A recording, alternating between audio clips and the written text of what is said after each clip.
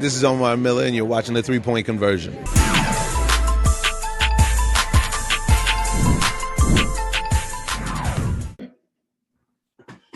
This is Rafiq with Nothing But That Sports Talk. Now that you guys know that you're going to be up against Pau Gasol in Spain in the quarterfinals of the Olympics, what is the mindset going into the upcoming matchup? I think it's about the same. We got to be aggressive defensively.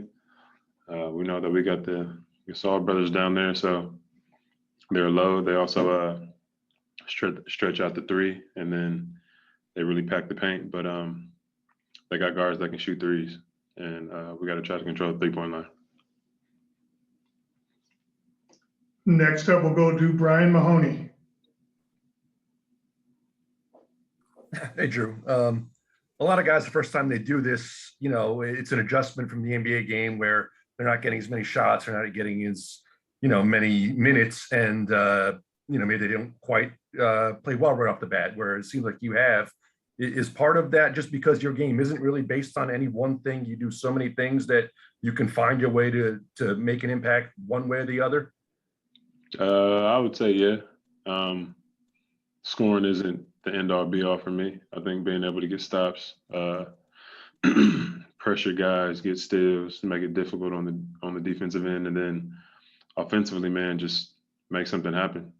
Bring some energy, get into the paint, kick out for threes, assist others. So, yeah, I think my game kind of fits this style of play.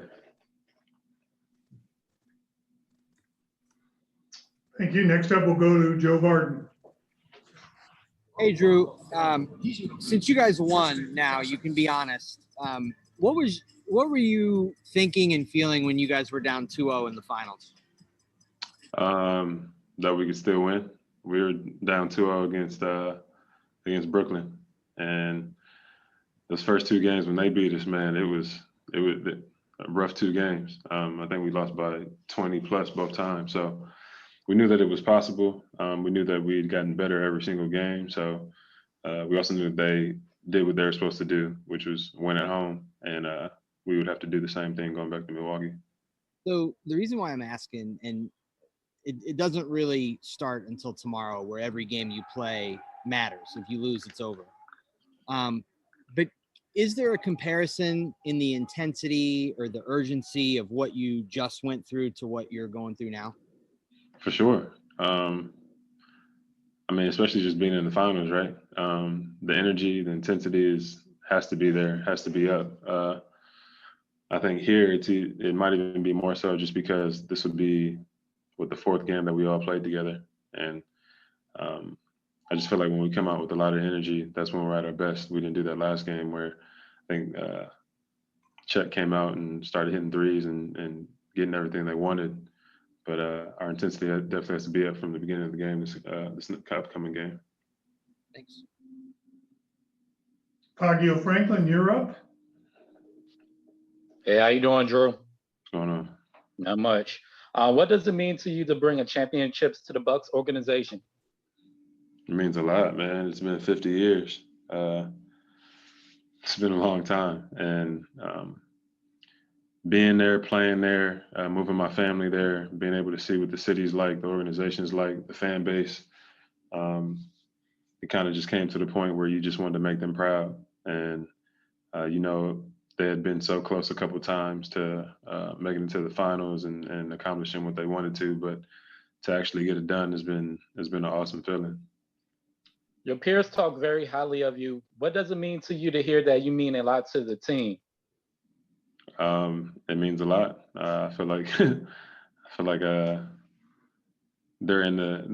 they're here with me. They're in the grind with me. So they know what it takes. They know what we go through, what I go through to get to this place. So I think that when you have that mutual respect and you see that somebody putting in the work and you admire that, man, it's the best feeling.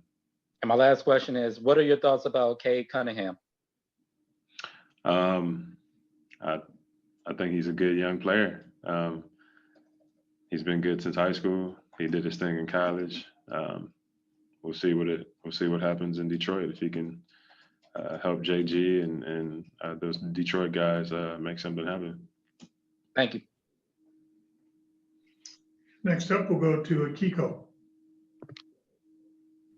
Hi, Drew. How are you? Good. Yeah, fine, thank you. Since you joined the team, what is the hardest thing for you, after the finals, on the court and after off the court also? On the court, I feel pretty good, honestly. Not as many minutes. It's only 40 minutes, so I'm probably not gonna be playing as much. The game is a little different, probably just because of the pace. You can pack the paint, so it kind of slows it down a little bit.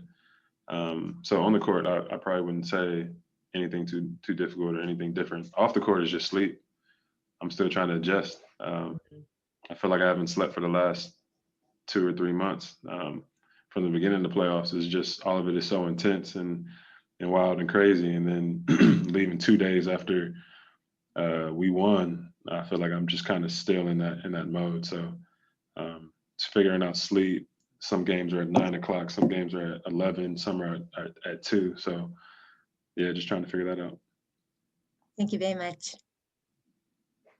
We'll go next to Josh Coyne.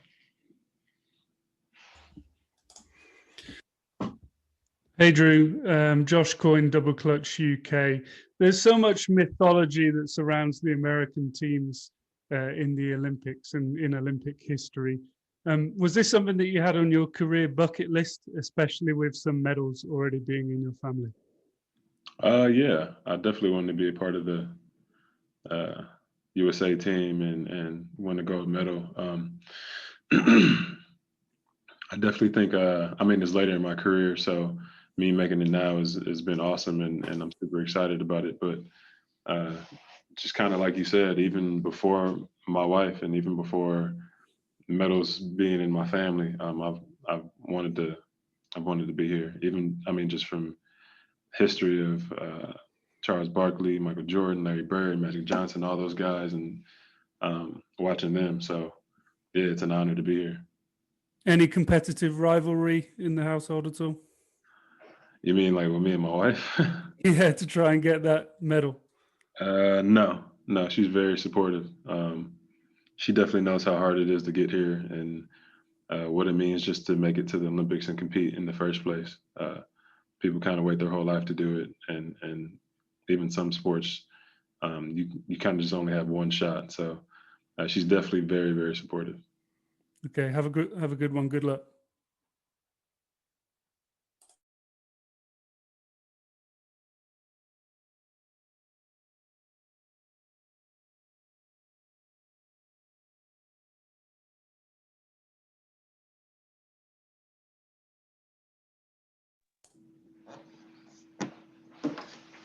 Next up, we'll go with Joe Varden. Yeah, I was going to ask you a little bit about that because you were saying the other day that you had touched the medals, and obviously your Olympic experience is way different than hers for all the reasons. But did she give you any good stories from her Olympic days that you could share with us? Just anything that would be interesting or cool? No, nothing really. I went to London, and I got to travel around and experience England and see what London was like, and go to Big Ben and the Ferris wheel. She was locked in. I was having a great time. So, and then in 2008, that was before I knew her. So when they won, were you going crazy? Like, what was that like for you? Oh, it was insane. It was insane. I painted my face. I got wifey's jersey on. I'm doing the whole nine. It was a hell of an experience. It was really cool. Awesome. Thanks. Next up, we'll go with Rafiq again. Hey, I just want to ask you, this is going to be like literally the 4th consecutive Olympics USA and Spain's going to be duking it out. As long as you've been watching the NBA and playing the NBA, you're watching USA and Spain, how different would this matchup be compared to last matchups that happened in the past? I don't know. I wasn't there to play those. A lot of the guys and some of the best players on their team now were NBA players. So I've either come across them, played against them, or currently playing against them now. I just think our experience in that way will help us hopefully succeed tomorrow. Reminder, if you have a question, to raise your hand in the room. Our next question will go to Brian Mahoney. You're giving us happy flashbacks talking about going around the city in the Olympics and seeing stuff, not like this year. You mentioned a lot of these great players who have played for the team before. The list is pretty short of guys who have won an NBA title and an Olympic title in the same year. Do you kind of think about, what sort of amazing summer this can be for you in a matter of a couple of weeks to two things guys try their whole career for, and you can do them in like a span of 3 weeks? I mean, honestly, I haven't had time to really think about it. To be completely honest, when they offered me, or when they asked me to be on the USA team, I was still in the middle of trying to win a championship ring, and I don't think I even grasped it then that I was going to Japan and playing for my country. It was more like I'm locked into, I think it was Atlanta. So, yeah, maybe after this, maybe you need to ask me, because right now I feel like we won a championship, and now it's kind of the start of trying to win a gold medal. So I'm pretty locked in. Again, if you have a question, raise your hand. Do we have any further questions for Jrue? Oh, we got one more. Josh, go ahead. Hi, Jrue. Josh Coyne again of Double Clutch UK. It was obviously the most intense stage of your career at the NBA Finals. And of course, you were matched up against someone who's now your teammate in Devin Booker. Can you describe the experience of kind of going from one extreme to the other? Obviously, you guys were doing anything you can to defeat each other, and now you have to kind of integrate together. So what's that been like? And what's your relationship with Devin in the camp? I mean, it was fun. It was fun to battle. They were one of my favorite teams from the beginning of the season. Devin to me, is such a smooth player. He has a beautiful shot. He probably averaged 40 against us. So battling against him was really fun. I love playing against guys like that and some of the best players in the league. So that was awesome. But then also know on this side, just being his teammate, I know we're going to have the best chance of succeeding.